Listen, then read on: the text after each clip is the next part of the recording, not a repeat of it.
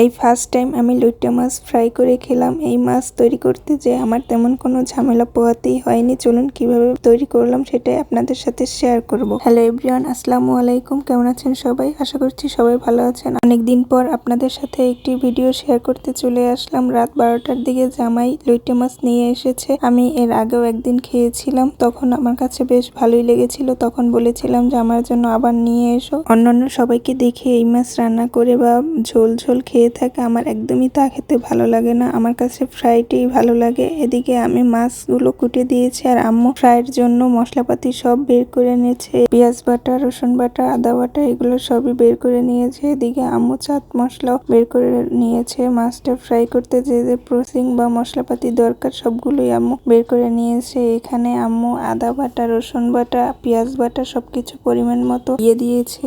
এখানে চাট মশলা, একটু লবণ, একটু মরিচের গুঁড়ো, হলুদের গুঁড়ো তাও পরিমাণ মতো দিয়ে দিয়েছে। আপনারা পরিমাণ মতো সবকিছুই দিয়ে দিবেন। যে যেরকম ঝাল খান সেরকম অনুযায়ী মরিচ দিয়ে দিবেন। ভেষণও দিয়ে দিল পরিমাণ মতো। আপনারাও পরিমাণ মতো সবকিছু দিয়ে যদি লইট্টা মাছটা ফ্রাই করে খেয়ে থাকেন তাহলে অনেক কিন্তু মজা হবে। এখানে কর্নফ্লাওয়ার দিয়ে দিল তাও পরিমাণ মতো। এখন সবগুলো মশলা একেবারে দেয়া হয়ে গেছে। এখন ভালোভাবে একটু হাত দিয়ে মিক্স করে নিল, সাথে একটু পানিও দিয়ে দিয়েছিল, কিন্তু হালকা এখানে লেবুর রসও দিয়ে দিয়েছিল। এই লেবুর রসটা দেওয়ার কারণে মাছ থেকে একটা গন্ধ আসার কথা ছিল, সেই গন্ধটা আর আসবে না। সাথে একটু টমেটো সসও কিন্তু দিয়েছিল। তারপর ভালোভাবে মাছগুলো একটু মশলা জানি মাছের ভিতরে ঢুকে, তার জন্য ভালোভাবে মিক্স করে নিল মাছগুলো। এখন একটু 10 থেকে 15 মিনিট রেখে দিবে যাতে মশলাগুলো মাছের ভিতরে ভালো মতো ঢোকে। দেন এরপর ফ্রাই প্যানের উপরে হালকা তেল দিয়ে মাছগুলো ছেড়ে দিবে। ভরা তেলে